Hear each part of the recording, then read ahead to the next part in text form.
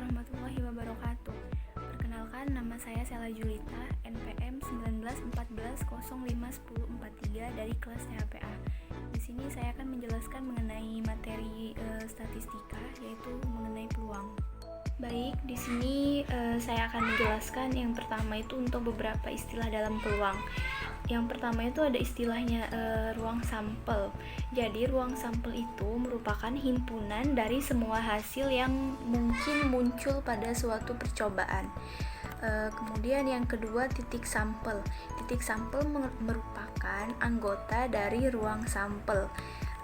Istilah yang ketiga itu percobaan. Percobaan adalah proses yang menghasilkan data. Keempat, kejadian. Kejadian merupakan himpunan bagian dari ruang sampel. Selanjutnya, frekuensi harapan. Frekuensi harapan merupakan hasil kali peluang suatu kejadian dengan frekuensi atau banyaknya percobaan. Yang keenam, saling lepas. Saling lepas merupakan dua kejadian yang tidak mungkin terjadi secara bersamaan.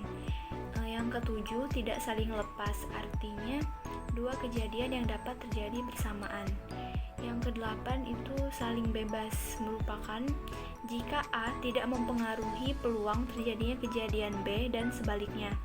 Yang kesembilan itu bersyarat, yaitu peluang kejadian A dengan syarat kejadian B terlebih dahulu dan sebaliknya. Kemudian kita masuk untuk beberapa contoh dari peluang. Yang pertama, menentukan ruang sampel. Jadi di sini saya memakai contoh pada kasus dua koin uang logam dilempar secara bersamaan dan tentukan titik sampelnya atau ruang sampel pada kasus tersebut. Jadi langkah untuk menentukannya atau mencarinya dengan membuat tabel untuk uang logam itu hanya terdapat dua sisi, jadi hanya ada angka dan gambar. Jadi kita buat tabel untuk yang baris pertama itu kita buat angka gambar untuk koin uang logam 1.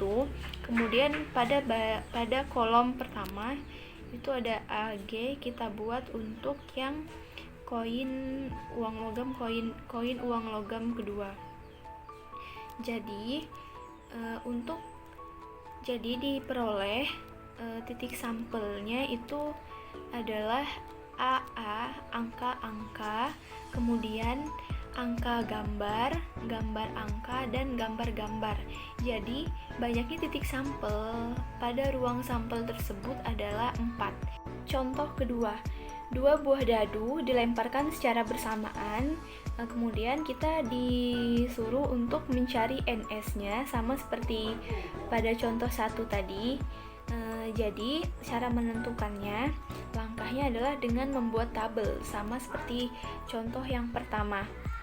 Jadi untuk dadu sendiri itu mempunyai 6 sisi, yaitu 1, 2, 3, 4, 5, dan 6.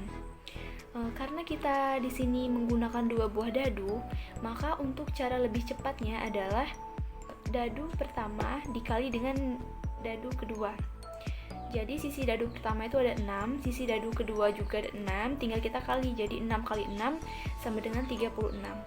Jadi didapat NS atau titik ruang sampelnya adalah 36 dari dua buah dadu. Selanjutnya kita masuk ke peluang kejadian. Jadi peluang kejadian sendiri kita notasikan sebagai PA. Untuk rumusnya sendiri adalah NA per NS. NA itu banyak anggota A, NS itu banyaknya anggota S. Jadi di sini kita masuk contoh. Di sini ada contoh soal, dua koin dilempar secara bersamaan, peluang munculnya satu angka dan satu gambar adalah langkah pertama sama seperti pada contoh kedua yang telah saya contohkan di awal tadi. Langkah pertama adalah dengan membuat tabel. Kita membuat tabel, kemudian kita dapatkan NA-nya itu 3. yaitu angka-angka, angka gambar, gambar angka. Kemudian untuk yang NS itu ada 4 karena kita menggunakan 2 koin. Nah, 2 koin sendiri itu ada setiap koinnya itu mempunyai 2 sisi, jadi 2 koin adalah 4. Kemudian kita masukkan ke dalam rumus. PA sama dengan NA per NS, NA-nya kita dapatkan 3, NS-nya kita dapatkan 4. Jadi, peluang kejadian dari pelemparan 2 koin secara bersamaan, peluang munculnya satu angka satu gambar adalah 3/4. Kemudian kita masuk pada contoh kedua. Di sini dalam sebuah kotak terdapat 4 bola hijau dan 6 bola biru. Berapa peluang terambilnya 2 bola hijau dan 1 bola biru? Penyelesaian, langkah pertama kita jumlahkan untuk seluruh bola, jadi 4 ditambah 6 sama dengan 10. Kemudian NS-nya itu banyaknya cara pengambilan 3 bola dari 10 bola. Kenapa di sini dituliskan 3 bola? 3 bola ini yang kita cari, yaitu 2 bola hijau dan 1 bola biru. Nah, 10 bola ini dari jumlah keseluruhan bola. Jadi bisa ditulis NS sama dengan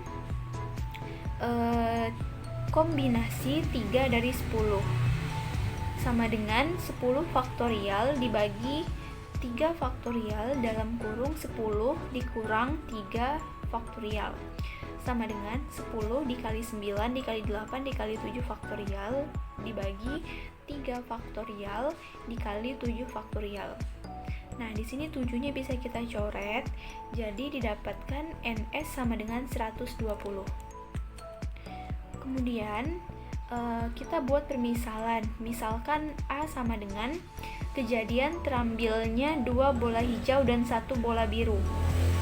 Jadi NA sama dengan banyak cara pengambilan 2 bola hijau dari 4 bola hijau dan 1 bola biru dari 6 bola biru. Bisa ditulis NA sama dengan kombinasi 2 dari 4 dikali dengan kombinasi 1 dari 6 sama dengan 4 faktorial dibagi 2 faktorial dalam kurung 4 dikurang 2 faktorial dikali 6 faktorial dibagi 1 faktorial dalam kurung 6 dikurang 1 faktorial sama dengan 4 dikali 3 dikali 2 dibagi 2 dikali 1 dikali 2 kemudian dikali 6 dikali 5 kali 4 kali 3 dikali 2 dibagi 1 kali 5. Jadi didapatkan NA-nya sama dengan 36. Kemudian peluang terambilnya 2 bola hijau dan 1 bola biru adalah kita masukkan dengan rumus peluang kejadian tadi, yaitu PK sama dengan NA dibagi dengan NS. NA-nya telah kita dapatkan 36 dan NS-nya 120. Jadi sama dengan 36 per 120 sama dengan 3 per 10. Jadi peluang terambilnya 2 bola hijau dan 1 bola biru adalah 3 per 10. Selanjutnya kita masuk pada materi frekuensi harapan. Jadi frekuensi harapan adalah hasil kali peluang suatu kejadian dengan frekuensi atau banyaknya percobaan. Frekuensi harapan ini dinotasikan sebagai FHA sama dengan PA dikali N. Kita masuk ke contoh soal. Sebuah dadu dilempar 300 kali. Tentukan frekuensi harapan muncul mata dadu ganjil. Penyelesaiannya, yang pertama kita tentukan untuk PA terlebih dahulu. Rumus PA telah kita ketahui sebelumnya. PA sama dengan NA per NS. Jadi NA-nya kita dapatkan 3. 3 ini dari muncul mata dadu ganjil. Mata dadu ganjil itu pada dadu itu ada 1, 3, 5. Jadi kita dapatkan NA sama dengan 3, kemudian NS itu 6 karena dadu itu mempunyai 6 sisi. Jadi PA sama dengan 3 per 6 sama dengan 1 per 2. Kemudian kita masuk pada rumus frekuensi harapan. FHA sama dengan PA dikali N sama dengan 1/2 dikali dengan jumlah pelemparan, banyaknya pelemparan pada dadu tersebut, yaitu 300, jadi 150. Selanjutnya kita masuk pada materi saling lepas. Kita langsung masuk ke contoh soal. 2 dadu dilempar. Peluang munculnya mata dadu jumlahnya 10 atau 11 adalah yang pertama, dadu kita misalkan di sini dadu 1 ditambah dadu 2 sama dengan 10. Jadi untuk dadu 1 itu kita misalkan kita peroleh 4 dan dadu kedua itu 6 supaya hasilnya 10 kan. Jadi untuk yang kedua itu pada dadu 1 5, dadu kedua 5. Untuk yang ketiga itu dadu 1 6, dadu kedua 4. Kemudian untuk dadu yang jumlahnya itu 11, jadi peluangnya itu dadu 1 5, dadu 2 6, kemudian dadu 1 6, dadu kedua 5. Jadi hasilnya jika dijumlahkan masing-masing sama dengan 11. Setelah itu kita masuk pada rumus. PA sama dengan NA per NS. Di sini pada yang mata dadu jumlahnya 10 ini kita misalkan sebagai A. Jadi PA sama dengan kita dapatkan di sini ada NA-nya itu 3, kemudian NS-nya itu karena kita menggunakan 2 dadu, jadi NS sama dengan 36.